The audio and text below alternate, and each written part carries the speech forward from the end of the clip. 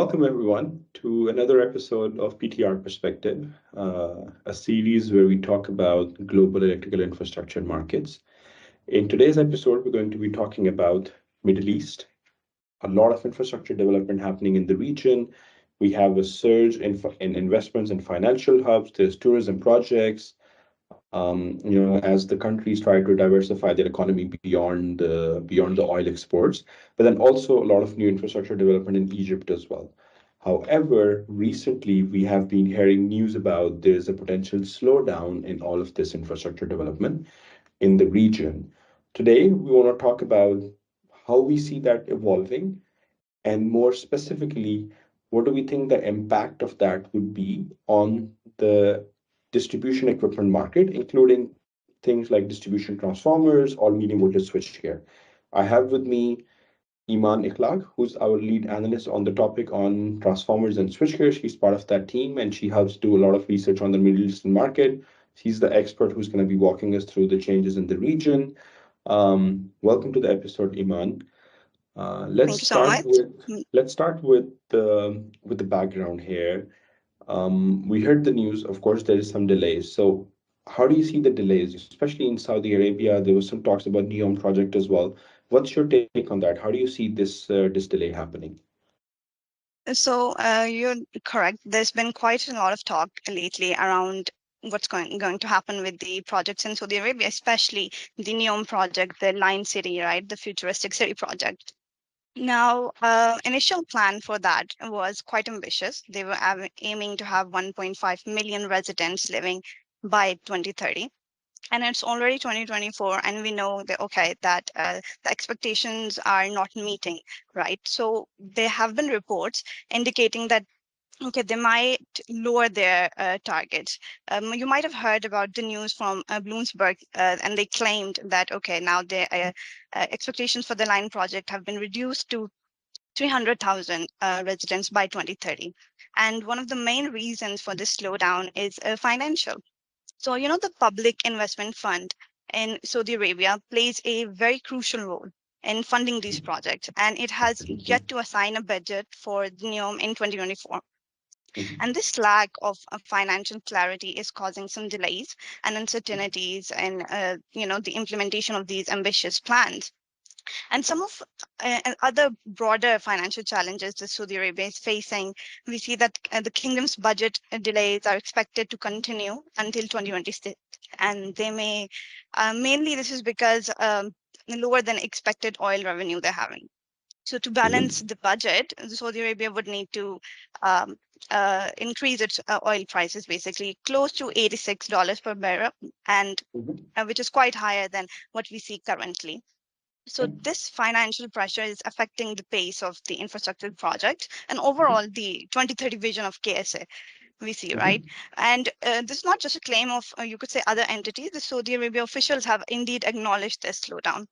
And they have mentioned that they're adjusting their strategies to optimize the economic impact, to basically avoid overheating the economy, right? They're being very cautious about spending and they're considering the challenges that they would be facing. Now we see that there is some slowdown, but whether we expect it to continue for a long period of time or not, this is still uncertain, we would say. And because it depends on various factors, right? Global economic conditions and whether the Saudi Arabia kingdom is successful in attracting the investments from international entities. And now regarding their original claim, they were aiming to invest $1 trillion USD by 2030. So currently it looks like, there would be delay in reaching that target. And this current economic challenges suggest that this timeline would need adjustments. However, we do see that Saudi Arabia is quite committed. We expect the ongoing efforts to move forward. Yes, a bit at a slower pace, but still, we see, this is still going to move forward, just not at a pace we were expecting initially. So, yeah. Understand. Very interesting comment there when you talk about from the officials as well, that they don't want the economy to overheat, and given the oil prices as well, they're being a bit more cautious, but kind of the 2030 vision still stays in place, like the plans are still there. So even if you see a bit of a slowdown, you see that maybe not in the short term, in the long term, there will still be a lot of movement in that market. in the years to come. Definitely. Interesting. Mm. That's Saudi Arabia. That's of course the biggest opportunity in the region for all of the equipment manufacturer. Everyone knows about it. Let's talk Yeah. about some of the key countries beyond Saudi Arabia as well. What do you see happening over there? Do you think some other countries in the Middle East are going through similar kind of project delays? Is that the case? Is that not the case? Should we expect that? What's your take on some of the other key markets, for example, Egypt or UAE in the region? So we see the Middle East market is currently for distribution equipment is driven by these infrastructure projects, right? And there's a lot happening in UAE, Egypt, Saudi Arabia. If we take Egypt, for instance, they have significant investment plans in their new capital city outside of Cairo, a $58 billion investment they plan. Um, but we have also seen recently that Egypt has been struggling with a severe economic recession due to the pandemic and the geopolitical tensions. And this has led to a currency devaluation and a record high inflation rates within Egypt. Now, because of this, we see that, okay, the Egypt's economic crisis was quite dire. Its currency lost half of its value in 18 months. And also its Suez Canal and tourism, basically the two main revenue sources, they suffered immensely, right? But Mhm, the thing is, Egypt was saved by foreign investments. mhm, Its economy was stabilized with the help of foreign investments. And if I just list some major ones, the first one would be the investment from UAE. So mhm. Egypt basically sold its development rights along the Mediterranean to UAE for $35 billion. Yes, At the the Middle same East region. time, Mhm. IMF gave an $8 billion financial support package. And Yeah. China has been quite supportive in infrastructure development. And we've also recently seen, and I think previous month, the president of Egypt went to China and they were a signature under the Belt and Road Initiative, if I'm Yeah. correct. Yeah.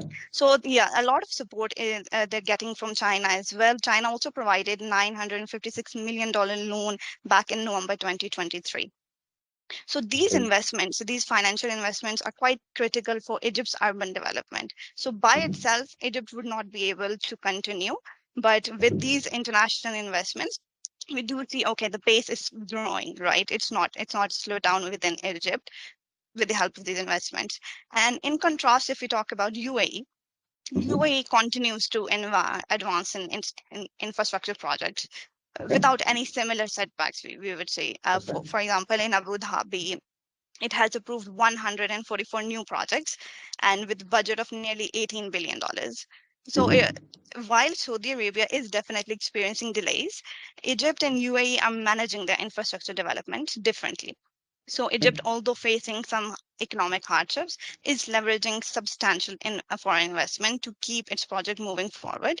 And UAE has a stable economy. So overall, we would say the only delays are being faced by KSA. Yeah. Understood. So that's kind of the macro picture, right, from an infrastructure development Mm. perspective. Can you give us a bit of a flavor on what does that mean for the equipment markets, right? So for distribution transformers, for medium voltage switchgear, do you expect there's going to be a decline in the market opportunity? Do you expect the growth to still be there, just a lower growth? Like, how do you see that based on your So, analysis? based on this delay that we've seen within KSA, as we said, we see a delay for a few years, but the growth is still going. So currently, before these delays, we were expecting the market to grow at a CAGR of 4.4%. But now I predict that because due to these delays, it might slow down a bit and the growth rate would decrease to 3% instead. But overall, still there is a growth in the market. But it's not such a big difference, right? I mean, Yeah. it's still a growth market, 3% on the long term. It's still decent, like compared to 4.4. Of course, there is a slowdown, and that's likely coming from some other factors. So, can you also elaborate kind of beyond infrastructure? What are the other factors which would be driving the distribution equipment market, like transformers and switchgear in the region? Yeah, so in the future, we expect decarbonization to play a big role. within the Middle East, right? We've seen a major theme in the recently held COP28 in UAE, where there have been ambitious goals set to triple the renewable energy, right? And to double their energy efficiency by 2030. So these targets are really pushing Middle Eastern countries as well to revamp their renewable energy capacities. For example, if we talk about solar energy is definitely becoming a key focus for the region because of the abundant sunlight within Middle East. And in UAE, around 14% of the country's energy generation at the present is coming from renewable energies. But for Saudi Arabia, it's only less than 1%. But they're moving and making big changes to, revive that, basically increase the percentage from renewables. UAE has committed $54 billion to reach net zero emissions by 2050. And we've seen some major projects like Mohammed bin Rashid, a solar park. There's a Noor Abu Dhabi solar plant. In Saudi Arabia as well, there has been a solar plant that was opened, and this is the largest single-site solar plant in the world. And they aim to get 50% of their electricity from renewables by 2030. And when we talk about decarbonization, it's really important to mention the electrification of transport sector at the same time. So moving on to electrical vehicles, currently we see, okay, the market is quite less within the Middle East region, with UAE only having 1%, and Saudi Arabia is importing whatever need it has for electrical vehicles. But again, due to this lack of local manufacturers, now the countries are taking initiatives to increase local manufacturing of electrical vehicles. There's a clear push towards this. Dubai plans to have 30% of its government fleet EVs basically by 2030. And it has also set quite manufacturing hubs for EVs. And it plans to export it to neighbor countries as well. So the growth in renewables and EV adoption is this means that, okay, utilities will need to expand and of course modernize the grid, and this will increase the demand for distribution equipment within the market. Very, very interesting insight. So essentially, what we are saying, if I was to summarize, is that the outlook is still positive for the region. Beyond just the infrastructure development, there's a lot of push towards renewables. So we expect, of course, a lot of equipment to go in there to evacuate that power. Then, of course, as more and more EVs come into place, like then you also have to strengthen your distribution networks to deal with that. So overall, that 3% to me seems possible. Still a very interesting market for electrical infrastructure manufacturers. Thank you so much, Iman, for your insights. I think they will be very helpful for a lot of manufacturers and a lot of firms looking into this market as a potential avenue for their revenues. With that, I thank you for your time, and thank you so much to our viewers and listeners for looking into this episode. If you have any questions in terms of your business, your electrical infrastructure business, particularly in the Middle Eastern market, we are happy to answer. We're happy to support. Thank you and have a nice day.